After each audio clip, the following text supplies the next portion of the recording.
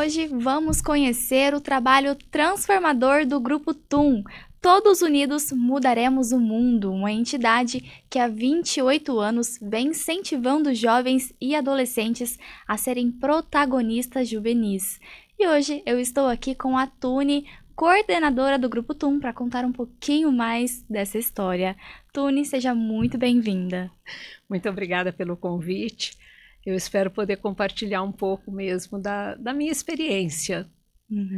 Não tem como lembrar do TUM sem lembrar da Tune, né? É uma verdade, né? Porque eu estou no TUM desde que ele nasceu e isso transformou, não é uma transformação só do TUM e dos adolescentes, como foi a minha própria transformação do que eu fazia para o que eu passei a fazer e das coisas que eu aprendi neste lugar. O que representa o TUM para Mococa? Olha, o TUM é Mococa.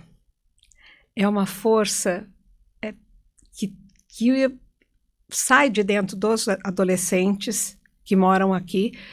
E eu digo que ele é Mococa porque eu não sou de Mococa. Depois eu vou contar um pouco para vocês. E eu sempre trabalhei com criança. Eu sou professora de terceira série, atual 4º ano. Então eu não tinha nenhum contato com adolescente. E eu fui fazer parte do Conselho Municipal dos Direitos da Criança e do Adolescente em 1996. Então faz um tempo aí, né? E lá nós descobrimos que havia uma defasagem grande de trabalho com o adolescente, principalmente na área afetivo-sexual, que seria muita gravidez na adolescência, evasão escolar. Então foi feito um trabalho junto com da Prefeitura, Secretaria na época era Departamento de Promoção Social, o Departamento de Educação e algumas pessoas da comunidade que integravam o Conselho.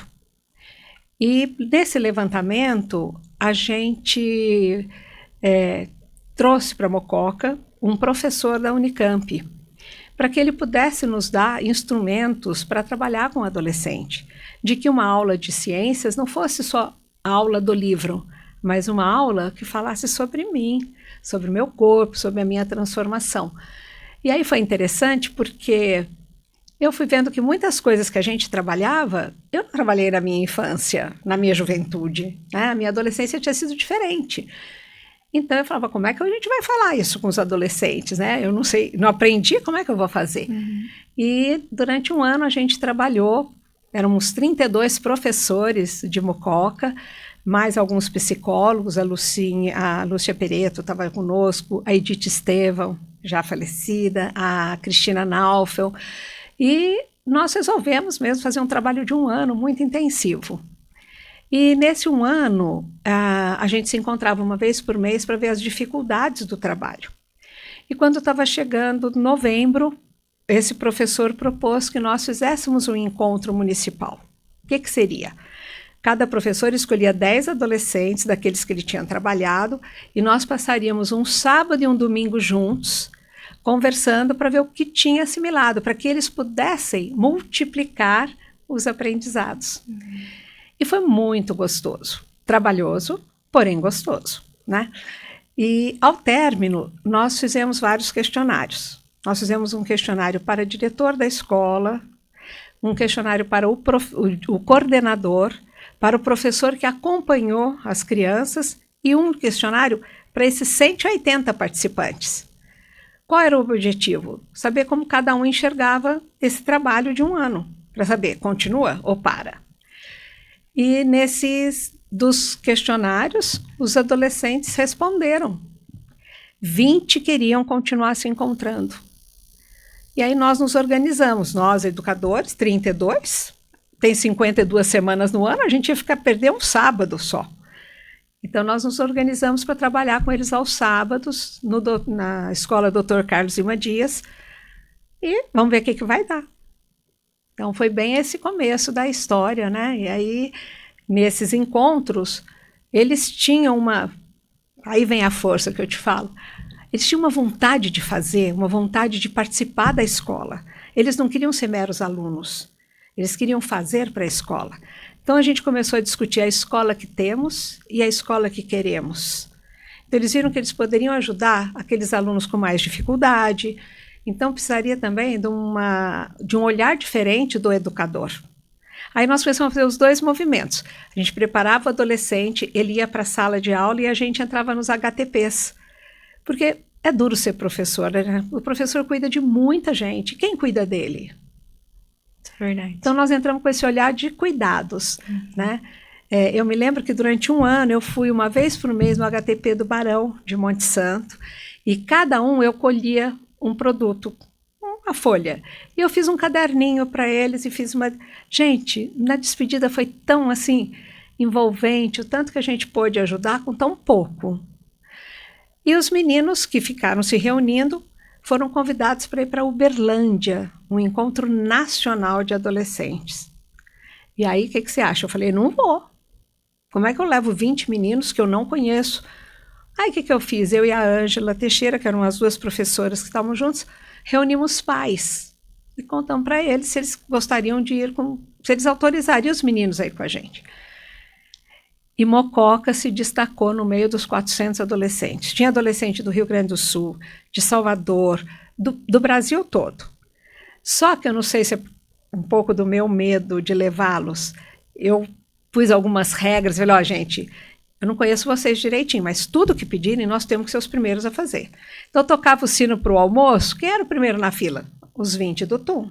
Tá, do TUM, mas era outro TUM, depois eu conto para você, é outra história. Aí o pessoal falava, gente, precisa de gente para servir. Eles iam e se ofereciam para servir. E quando a gente saiu desse encontro, a gente saiu como se a gente já tivesse, era o 6º encontro nacional, o primeiro nosso, mas parecia que a gente sempre estivesse lá com eles. Aí voltamos para Mococa e eles queriam multiplicar o que eles tinham aprendido. Então a gente foi fazer todas as oficinas, cada um fez uma. Então nós fizemos para Mococa 10 oficinas. Aí a gente preparava uma e ia para as escolas e multiplicava. Preparava a segunda e multiplicava.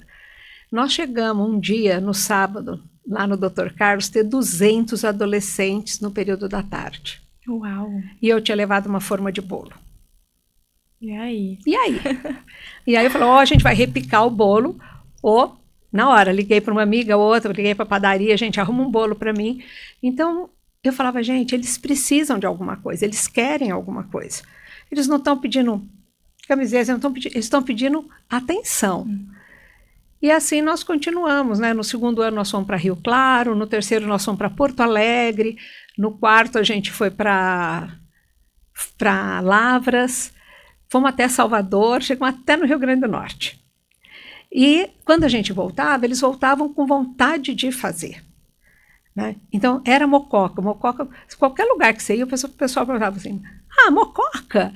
Até tem um fato, você perguntou um fato interessante, me interrompe quando você quiser. Tá? Pode continuar. Um fato interessante, que é gostoso de contar, em Uberlândia, ia ter uma festa, como se fosse uma festa junina. Uma festa, cada cidade ficou encarregada de uma brincadeira. Nós não tínhamos dinheiro. Então, nós juntamos lata de óleo, lembra que o óleo vinha em lata? Não era em plástico. Nós juntamos lata de óleo, pintamos as latas e fizemos aquele boliche de meia. Por quê? Meia velha era fácil encher de jornal, mas vai dar o quê de prêmio para quem jogar? Fomos no Laticínios, pedimos mocoquinha. Então, chegamos lá, o pessoal falou, o que ganha para brincar? Mocoquinha. Aí eles chegavam, jogavam, minha mocoquinha, minha coquinha. A gente, mas não é uma coca? Mocoquinha? Ninguém conhecia. Eles achavam que iam receber uma coca miniatura. Bem, tomaram mocoquinha e amaram, adoraram. Aí ficou uma coisa de evento. Toda vez que a gente ia, que o Laticínios, pelo menos uma rodada de mocoquinha um dia tinha para 300, 400 participantes, né? E aí o interessante foi que eu fui aprendendo a ouvir, a valorizar o que vem deles, porque eu não sabia como lidar, né? Então eu ouvia, eles propunham, a gente fazia o trabalho e estava dando certo. E porque eu falei que o TUM ele não tinha a mesma sigla. Quando nós fomos para Uberlândia, nós fomos todos unidos, mudaremos a mim. Você não faz a mudança com o outro se você não muda você mesmo. Então, durante os 3 primeiros anos, nós trabalhamos com a gente. Quem a gente era, quais as nossas fortalezas, as nossas vaidades, as nossas fraquezas. E aí o grupo foi se fortalecendo naquilo que cada um podia dar. Então, para mim, não foi difícil trabalhar com os meninos, porque quando um escorregava, o próprio grupo trazia de volta. E quando eles encontravam na escola um aluno que estava precisando de ajuda, de alguma forma, vamos lá, vamos participar da oficina. Então, foi formando esse grupo. No primeiro ano, nós chegamos a trabalhar com 2.000 adolescentes aqui em Mococa. Mas também tudo assim. Ia lá de voluntária, a gente ia na escola.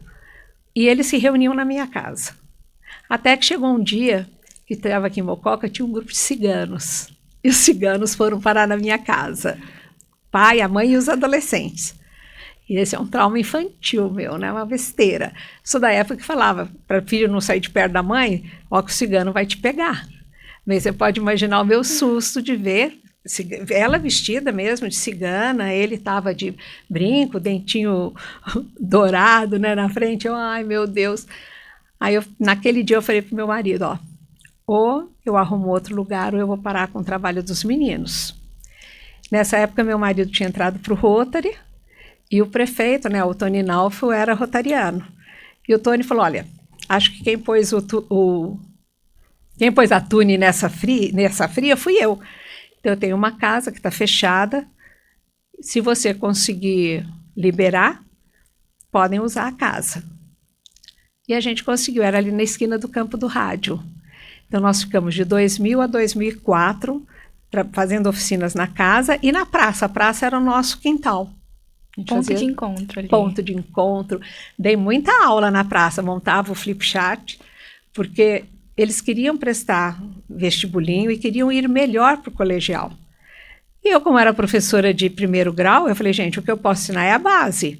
Então, eu fortalecia lá adição, subtração, multiplicação, fração, porcentagem, trabalhava com eles, e eles enfrentavam os vestibulinhos da vida, né? Uhum. E assim o Tom foi, um passo de um e outro.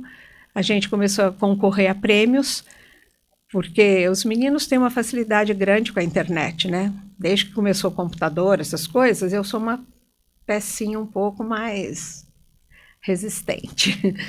E aí diz, olha, tem um prêmio aqui, vamos contar nossa história? Eu olhava, vamos, vocês contam, vocês escrevem. Escrevemos, e em 2007 a gente ficou entre os 30 projetos do Brasil na formação de adolescente multiplicador, no prêmio do Itaú Unicef, né? Então fomos para São Paulo, recebeu o prêmio, e aí só foi dando ânimo, né, nesse trabalho. Foi muito difícil, assim,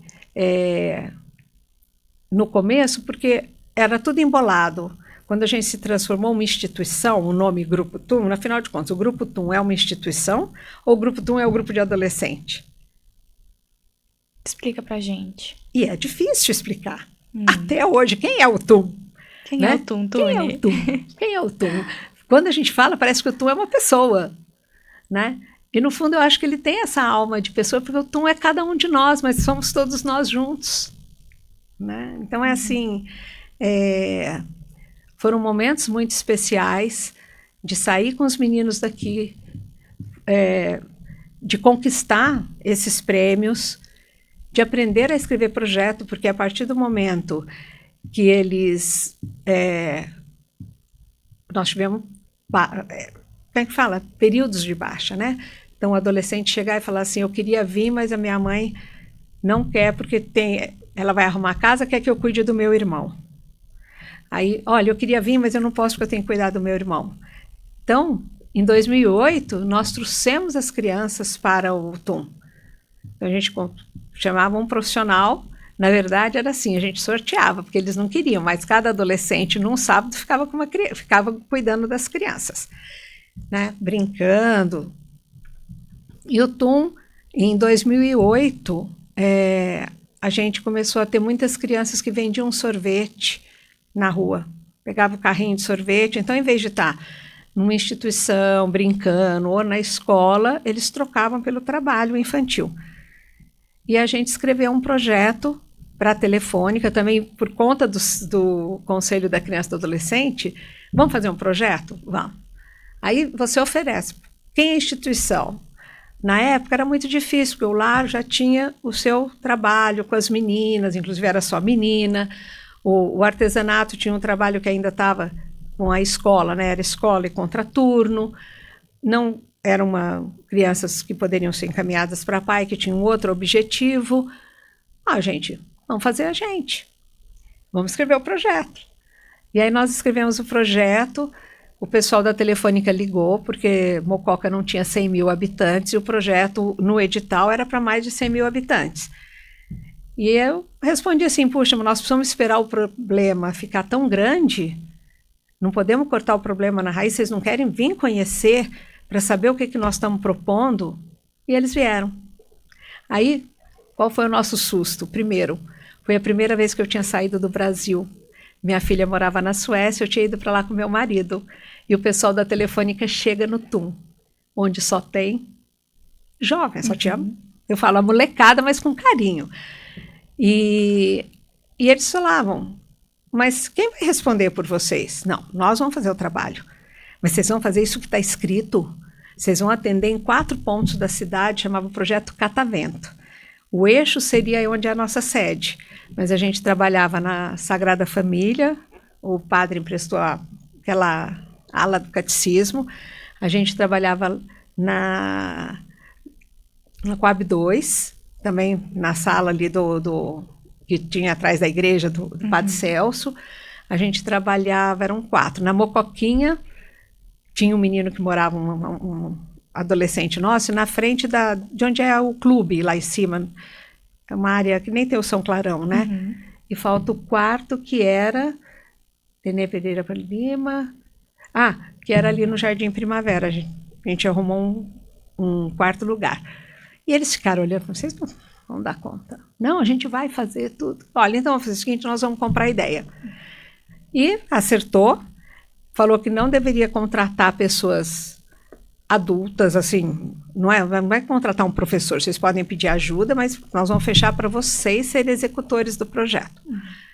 E nós trabalhamos de 2008 a 2012, financiados pela Telefônica, conseguimos acabar com os meninos vendendo. Tivemos um apoio bárbaro do promotor na época, doutor André. Ele foi muito bacana com a gente. A gente começou coisas novas, uma fanfarra que a gente não tinha, mas esses meninos pediam. Então, vamos trazer, é música, vamos trazer. Então, foi assim, um desafio atrás do outro, e nós fomos aprendendo junto. Eu não ensinava para os meninos, porque eu não sabia, mas aprendia com eles. Então, eu gosto muito do texto da Cora Coralina, né? Ela diz que feliz o professor que aprende enquanto ensina. E eu acho que isso foi uma coisa que agregou muito ao nosso trabalho, né? A gente sempre teve as portas abertas aqui em Mococa, e era uma coisa engraçada, né? A gente não recebia nenhum recurso municipal, nunca tivemos recurso municipal, e a gente sabia que as instituições funcionavam com recurso municipal, mas a gente nem entendia o que era isso. Então a molecada reclamava, a gente faz tanta coisa, Mococa, a gente não recebe um dinheiro, não sei. Eu falei, bem, para que vocês querem o dinheiro? Para a gente ir para o encontro nacional. Eles não põem o ônibus para a gente ir até um ponto e de lá a gente vai com o pessoal? Eu sempre tive, quando nós fomos para o mais longe, que foi Natal, nós fomos com o pessoal de Rio Claro, só que nós tínhamos que ir até Rio Claro. Então, a prefeitura pegava esse micro-ônibus do esporte, levava a gente até lá. Aí eu falei, então, né, Túlio? Mas a gente podia fazer mais. Fazer mais o quê? Então, a gente sempre andou dentro o que a gente dá conta de fazer. E era sempre extramuro, por exemplo. Mas nossa sede é pequena. E a gente não precisa ter 4 paredes para trabalhar. Vamos procurar parceiro. Hoje a gente está pleiteando, a gente está pedindo para o prefeito um espaço maior para poder ampliar, porque eu tenho lista de espera, me dói o coração. Né? Me dói o coração. Ex-participantes do TUM, agora eu já sou a avó do TUM, porque as meninas que foram adolescentes estão levando seus filhos para lá. Né? E eu falar, não tem lugar. Mas a gente não tinha isso, Túnia. Não tinha, mas era só adolescente. Agora você tem uma de 6 anos, o que eu vou fazer com ela? né? Uhum. E isso tem sido assim muito gratificante, sabe? Agora há 3 anos eu perdi meu marido, que ele sempre apoiou muito, muito, muito. Ele sempre foi um ponto forte. Eu tive a oportunidade de falar para ele que se fosse o contrário, se ele fizesse o que eu fazia e eu tivesse ficado tanto tempo sozinha em casa por conta do trabalho, que eu já tinha largado dele. E ele falou, não, é que nós temos ritmos diferentes, mas tudo, sempre muito junto. Não tenho o que falar. Meus filhos também eu tenho que agradecer muito, sabe? Eu comecei com o Tum, o meu caçula, ele não teve escolha, ele tinha que ir junto comigo. Porque como eu não tenho família aqui, e o Paulo trabalhava na CESP, ele viajava muito. Eu não ia deixar um moleque de 13 anos sozinho e viajar. Então, as primeiras viagens, ele brinca, eu tenho que retribuir porque foi muito bom, né? Hoje ele é o presidente do TUM. Entendi. Sabe, Eu já... hoje ele é o presidente, a vice-presidente também é do primeiro grupo. Nós temos um conselheiro fiscal que também faz a captação de recurso com a gente. Ele mora em Valinhos, mas ele também foi do primeiro grupo. Então, assim, eu sinto que essa força, voltando sempre na força de Mococa, foram adolescentes de Mococa que saíram, estudaram, voltaram para Mococa e têm as raízes em Mococa. Né? Um pouco diferente, porque não são de famílias tradicionais, não tem, mas conquistaram, né, o seu lugar. E esse menino que mora, ele brinca comigo assim, quando ele foi na minha casa a primeira vez, ele olhou e falou assim, Tune, você deve ser muito rica. Por quê? Sua casa tem piscina. Eu falei, não, a gente só trabalhou e planejou, né? Paulo é engenheiro, eu sou professora, a gente tinha vontade, gosta de Mococa, viemos para cá e foi o lugar que a gente escolheu para ficar. Aí ele falou assim, um dia eu vou ter igualzinho a sua casa. Eu falei, vai, se Deus quiser. Passou. Aí ele foi embora, foi trabalhar, não sei o que, eu fui para São Paulo e parei em Valinhos para visitá-lo. E eu me emocionei, porque o fundo da casa dele é igualzinho ao fundo da minha casa. Tem a churrasqueira, tem a piscina. E ele falou, não te contei, porque eu queria que você visse, né? Então, assim, eu acho que são espelhos que fazem a gente não sabe o quanto pode influenciar e ajudar uma pessoa. Né? Então, a gente vai aproveitando um pouquinho na nossa vida de todo mundo que passa pela gente. E eu acho que isso vai fazendo a diferença, vai fazendo a gente ficar mais atenta às necessidades de cada um. Eu tenho certeza que a gente não agrada a todo mundo, não é possível agradar a todos, mas dentro de uma linha de vida, né? Eu acho que a gente traz, e é o que eu levei para eles, né? Eu falei, olha, a vida não é fácil. Meu marido um dia falou para mim assim, olha, eu não vou mais em casamento. Porque cada um que casava chamava a gente para ser padrinho. E aqui naquele calor tem que pôr terno. Ele falava assim, chega, manda esses meninos falar que hoje em dia não precisa casar mais. Não precisa casar mais. Então, são coisas que a gente guarda, né? E você falou que não é de Mococa. É natural de onde, Tune? Então, eu nasci em São Paulo e vivi lá a vida inteira, mas os meus pais são mineiros, né?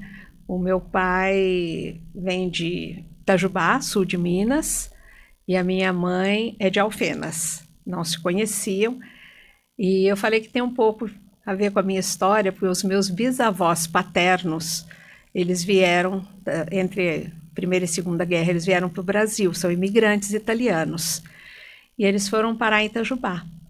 Um é médico e hoje criou a Santa Casa, ele que inaugurou a Santa Casa lá, a maternidade tem o nome dele, né, Dr. Xavier Lisboa, e o outro era um comerciante. E o vovô Silvério, meu bisavô, já vovô, ele tinha uma loja grande de comércio, e nas épocas de vaca magra, onde as coisas ficavam muito caras, nós achamos alguns escritos agora lá, então ele vendia gordura banha de porco, né? E ficou muito caro o óleo e as pessoas mais simples não tinham como comprar. Então, conta que ele pegou um caminhão lá em Itajubá, foi para o Rio de Janeiro, encheu o caminhão de gordura de porco, veio para Itajubá e na praça ali ele vendeu pelo preço que ele comprou para que todos pudessem ter a gordura em casa para poder cozinhar.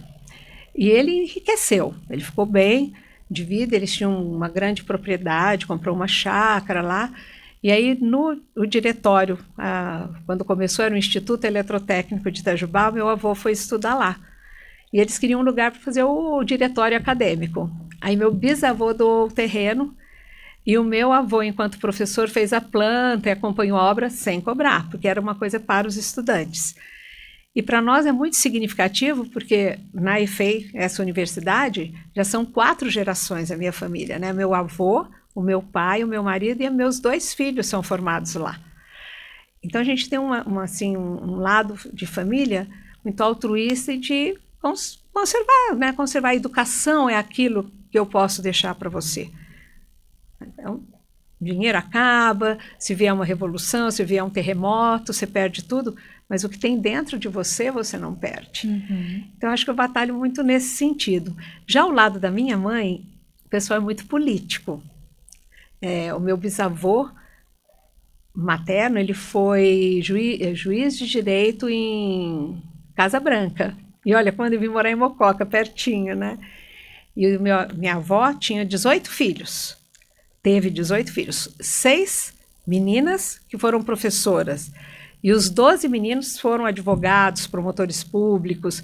Então, gostava muito da questão da política. Minha avó lia muito, né? A gente chegava lá, ela estava sempre com jornal. E as minhas irmãs mais velhas, super envolvidas. Eu, então, vivia sempre nesses 2 extremos, né? Do altruísmo, do conhecimento, sempre a educação como valor agregado. E eu queria fazer medicina, mas eu resolvi ficar noiva muito cedo. Aí meu pai me chamou e falou, não, você não sabe o dia de amanhã.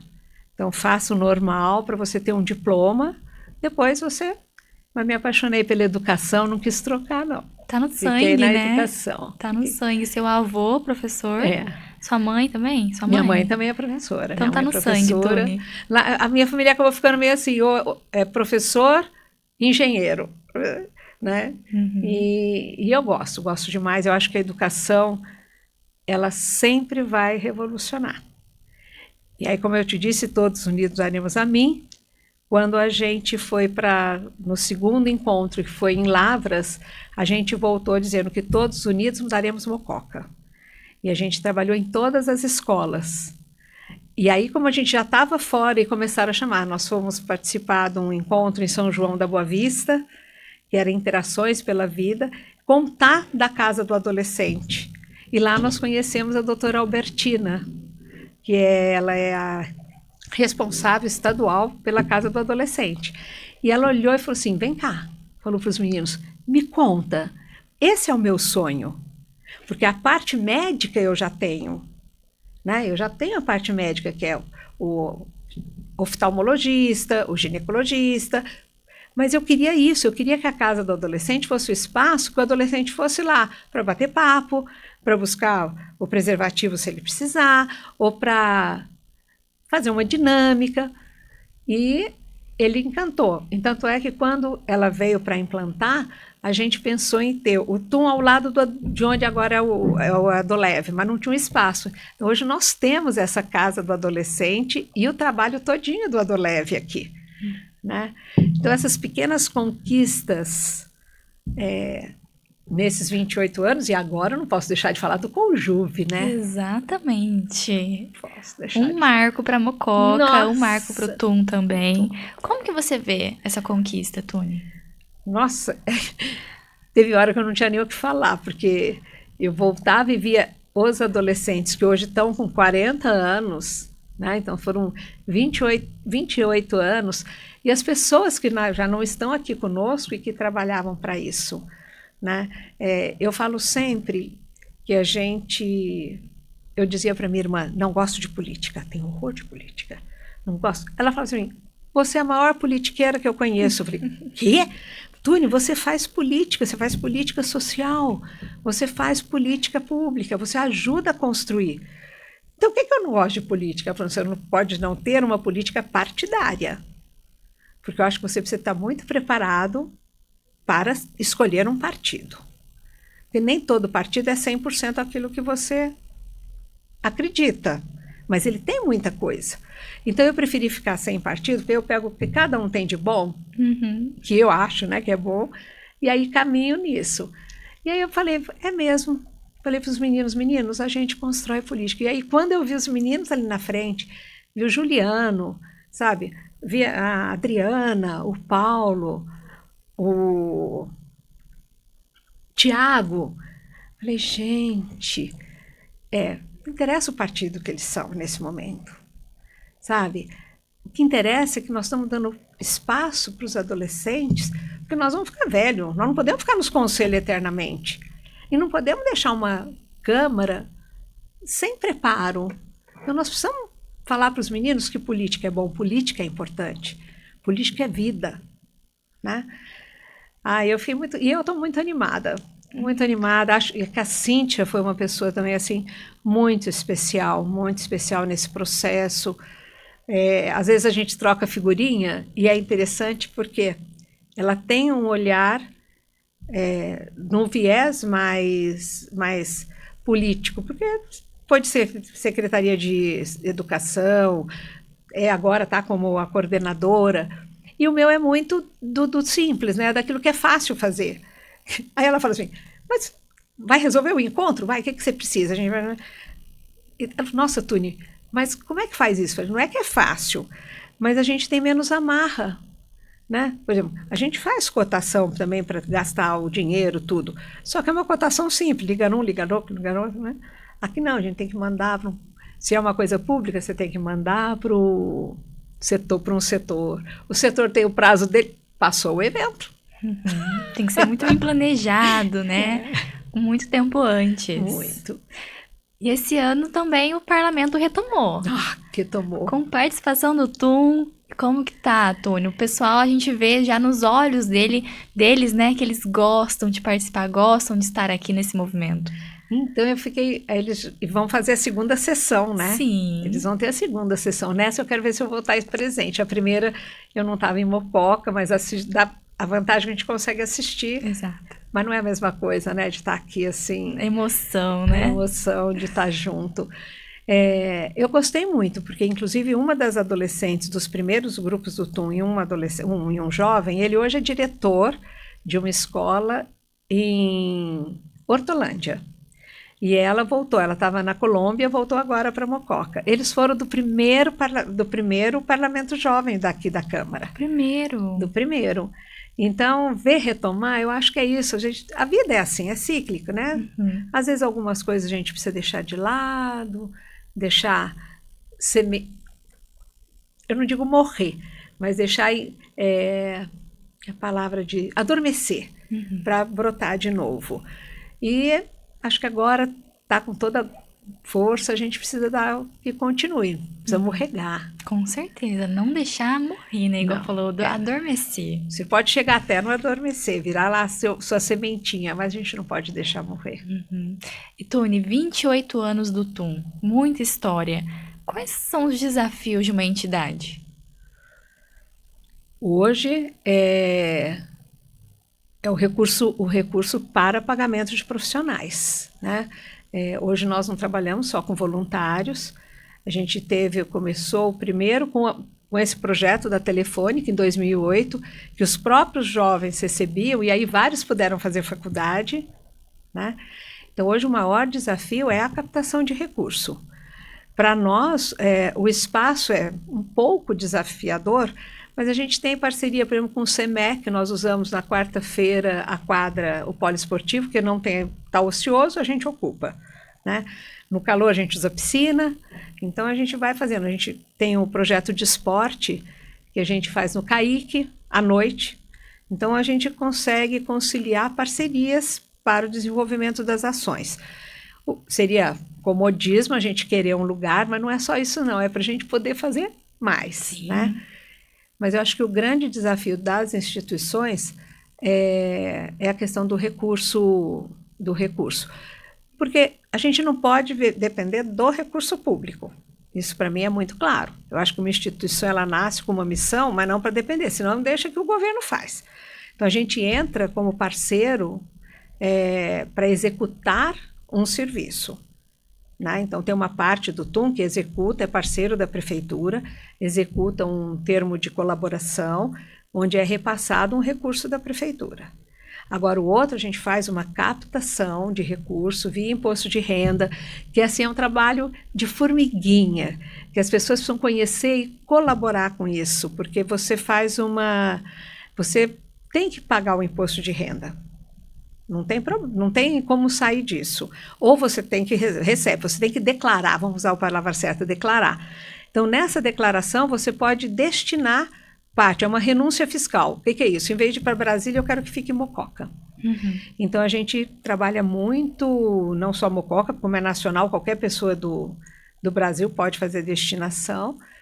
Eu acho que o grande desafio é a manutenção, porque hoje são 20 funcionários no TUM. Uhum. E vocês não param, né? Eu vi que até período de férias tem atividades. O projeto, que é o parceiro da prefeitura, que é o termo de colaboração, ele é ininterrupto, é um serviço de convivência e fortalecimento de vínculos.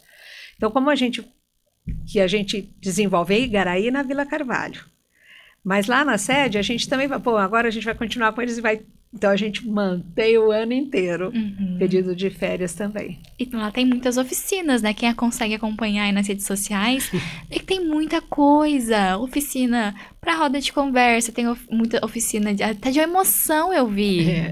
Essa é importante. É o que eu te falei no começo, a gente precisa cuidar do nosso coração, cuidar dos nossos desejos e também de aprender a dizer não, a receber um não.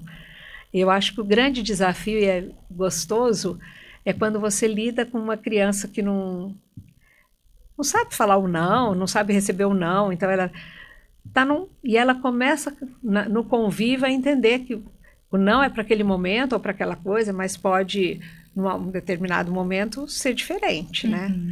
Eu vi que vocês iniciaram o projeto TUM no Esporte, né? É recente. O TUM no Esporte, inclusive, ele tem o patrocínio da Masa e do Laticínios. Ele entrou com o futsal e, para mim, uma delícia, o tênis de mesa. O tênis de mesa, na sexta-feira, abre as mesas, são 3 mesas que a gente comprou lá no TUM, a criança, e chove de criança, né? Tem criança, adolescente, até 17 anos. A gente está captando recurso para o handball 2, que também já foi aprovado pela lei de incentivo, e captando para o projeto que a gente chama de Cultura, Esporte e Cidadania, que acontece na sede. Esse é que já tem os 28 anos dele, né? E tem também o Semeando Cidadania, que é o da Vila Carvalho. Esse termo de colaboração, a gente colocou esse nome nele, Semeando Cidadania, porque são espaços que não são nossos. Na Vila Carvalho, a gente até conseguiu colaborar com eles, era um barracão. Foi uma das primeiras escolinhas EMEIs de Mococa. Agora eu fiquei sabendo a história. Acho que na época do Tino, seu Tino Amato, assim, um dos prefeitos. E depois, quando tirou a escola, que mudou ali para o lado de baixo, sabe ali do lado do posto de saúde, na Vila Carvalho? Porque não cabia, eles deram para a Associação de Bairros. Então, ali há 50 anos, as mulheres bordam. Então, terça-feira é muito bonito, porque elas bordam e as crianças vêm e a gente trabalha com desenho com eles. Então, a gente ocupa esse espaço que é da comunidade, por isso Semeando Cidadania. Eu posso ocupar um espaço e cuidar dele. Exatamente. Né? Porque a gente acha que o público não é de ninguém, né? Eu vi também que tem artesanato, né? E é bom para o desenvolvimento das crianças também, aprender a fazer coisas manuais. Você sabe que tem um projeto que eu acho que você não tem aí. Esse projeto iniciou em Igaraí, com as mulheres que colhiam café e na entre-safra bordavam. Você lembra do bordado de Igaraí? Você chegou a ver? Já vi. Já viu o bordado? Então, o que nós fizemos? Nós entramos numa concorrência de projetos da Lei de Cultura do Estado de São Paulo para ser um ponto de cultura. E aí o que a gente mostrou para eles? Que a gente tinha muita cultura em Mococa. Muita coisa. Gente, Mococa é rica. O que tem de pessoal que borda, que pinta, né? Tinha os até talentos, os né? talentos, muito talento, comida. Nossa, que é muito bom, é muito bom. Então, nós fomos para Igaraí e a gente viu que as mulheres estavam perdendo o gosto de bordar porque não tinham como ganhar. Elas bordavam um pouco, esse bordado ia para um artista que levava para vender, mas o retorno era muito longo. Aí, a maluquinha aqui, né, falou, vamos fazer uma parceria? Vamos contar a história para as crianças escrevem um livro e a gente faz um livro de pano bordado. Que legal. Depois eu vou te mostrar, mando foto para você. Nós temos lá, nós ficamos com alguns exemplares. E elas toparam. Então, a gente mandou para São Paulo esse projeto e nós fomos aprovados. Então, nós somos um ponto de cultura do estado de São Paulo. Tem 300, nós somos um deles. E aí é por isso que a gente sempre tem essa parte cultural funcionando. Independente de ter recurso, sem recurso, com recurso a gente compra o material. A gente tem a fanfarra, tem uma bateria, tem aparelhos de som, tem telão, tem retroprojetor não usa mais, data show. Data show. Data show, né? Então a gente faz o trabalho de podcast, faz o trabalho de filmagem, os meninos filmam, editam, então fazemos essa circulação. E o ponto de cultura hoje, ele trouxe o maracatu como uma atividade para o TUM, que é o Tio D de São José, e a criançada fica encantada, canta, é um ritmo diferente, né? E aprende junto, né? Outra cultura, a história. Então é muito gostoso, eu gosto de inovar, sei lá. Tem algum projeto, Tony, oficina que mais desperta ali o interesse deles, dos jovens hoje? Sei que tem muita coisa. Não, eu vou te falar. O esporte, não tem quem... Nossa, se eu falar que vai ficar uma semana sem ter aula de esporte, a turma sobe pelas paredes. Também eles têm muita energia, né? E eles gostam muito, uma que parece que não é a questão do contar história e você fazer algo em cima da história, né? Então a gente pode ser o fantoche, construir a história com massinha. Inclusive foi muito, muito legal, porque a gente fez uma parceria também, tem uma parceria legal com a Casa da Cultura, né? Então a Cida, quando tem alguns eventos que ela sabe que ela liga pra gente, você consegue trazer as crianças? Nem que seja para carregar num carro, leva um, leva assim, né, gente? Então, mas eu acho que o mais mesmo é o esporte. Eles adoram brincar de casinha. Gostam. Brincar de casinha também. Eles perguntam pra gente, porque nós montamos uma sala, uma casinha. Então tem muitos brinquedos lá e que a gente ganhou. A gente não comprou nada, brinquedo, a gente compra jogos. Jogos também tem bastante. E aí eles brincam de casinha. E pra gente é muito bom, porque na observação do brincar, eles trazem muito, né, do que a gente precisa intervir. Você no início falou, né, desde o primeiro encontro ali, eles já eram engajados, né, queriam aprender. Hoje continua assim? Os jovens continuam engajados na mesma pegada, Tony? Olha, apesar de que diminuiu muito o número de jovens, né, nós começamos com 90% dos participantes adolescentes, de 12 a 17, e 10% de criança. Hoje nós temos 80% de crianças até 12 anos e temos só os 20% de adolescentes. Primeiro porque eles reclamam que eles queriam o espaço deles, eles não queriam que tivesse as crianças. E o nosso espaço é pequeno. Então o que a gente fez também? Na segunda-feira termina a atividade 4h30 e eles ficam das 5 às 7 da noite. Então aí assiste cinema, conversa, faz aula a gente discute as questões da adolescência mesmo. Namoro, paquera, prevenção, cuidados, higiene, cultura. Às vezes eles trazem algumas músicas, a gente ouve a música junto, pega a letra e fala, olha o que você está falando, é legal. Nossa, é isso? Então vamos... Não é, o rap não é ruim, o samba não é ruim, mas a gente pode está sempre fazendo essa escolha com eles, né?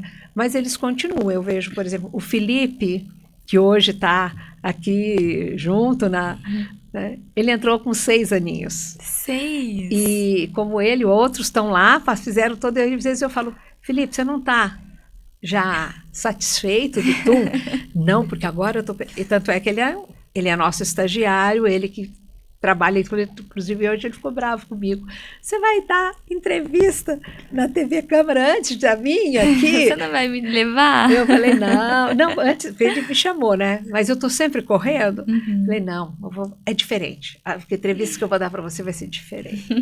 Não sei agora o que eu vou contar, né? Não, mas é gostoso isso, né? Ver que eles gostam tanto. É um universo novo para eles, mas eles estão gostando, né? De ver coisas novas, aprender coisas novas. Eles gostam muito. E eles têm ideias. Quando a gente vai fazer um evento, nós temos um evento que a gente faz com as famílias, que não é uma reunião.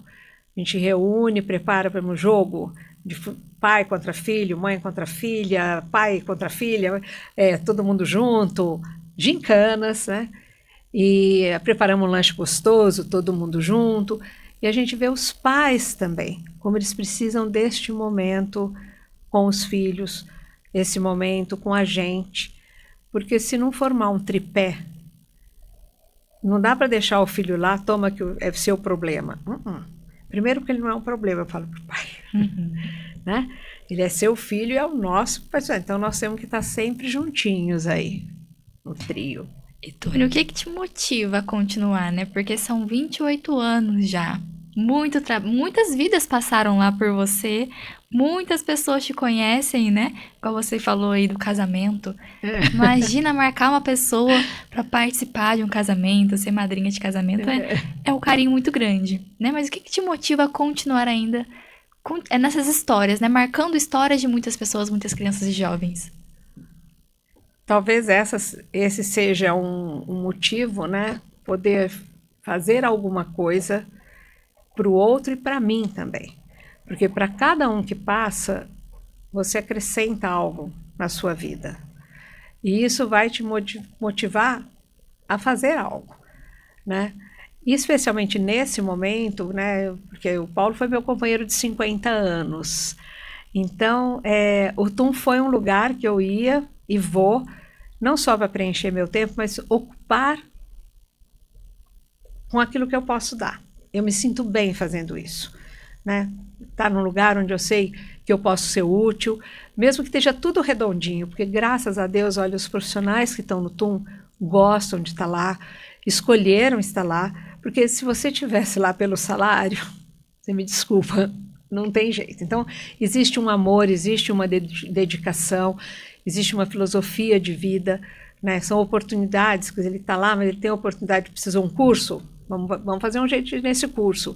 Vai ter uma viagem cultural, vamos dar um jeito de participar. E eu acho que é o que me motiva, sabe? Eu gosto muito. Mas eu me pergunto também, o que faz eu ficar lá? Porque eu acho que às vezes a gente precisa sair um pouco para dar espaço para outro, né? Não precisa não. Mas eu acho que, por enquanto, ninguém reclamou que está faltando espaço. Se você pudesse resumir o TUM em um legado, Túlio, o que você poderia dizer para a gente, para finalizarmos? Nossa.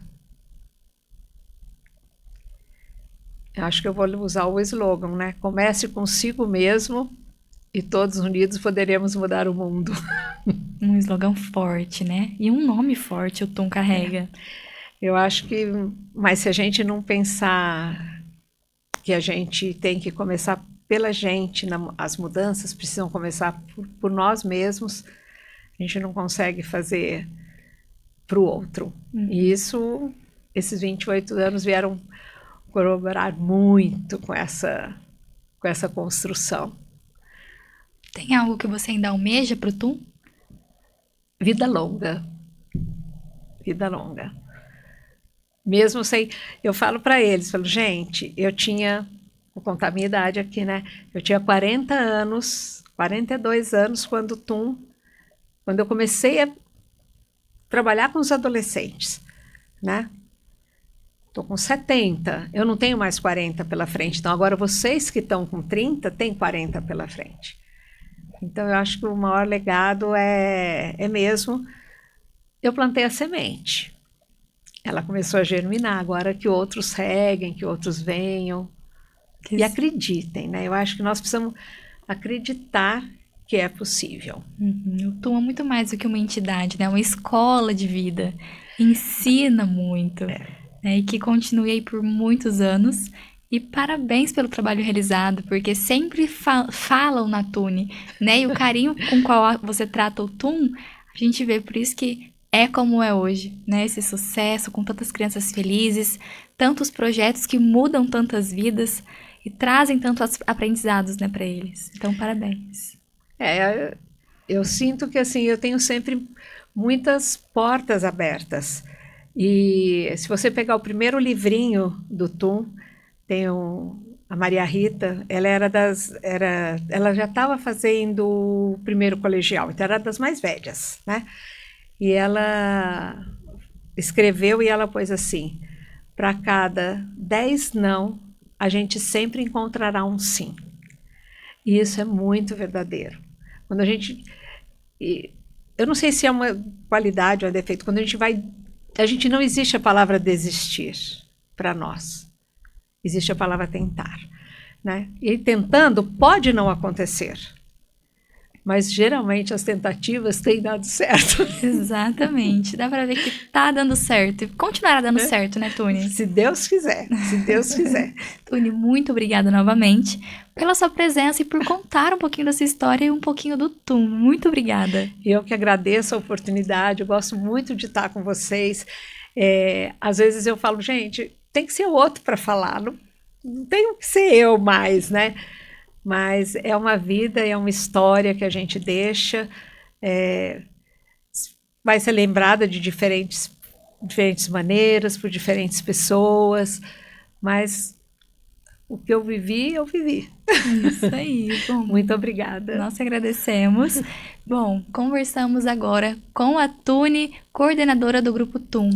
28 anos já, um legado de 28 anos, mudando vidas de jovens, de crianças, enfim. Tune, parabéns pela trajetória, parabéns pelo projeto e vida longa ao TUM. Bom, obrigada a você também que nos acompanhou. Geise Cantuária, para a TV Câmara.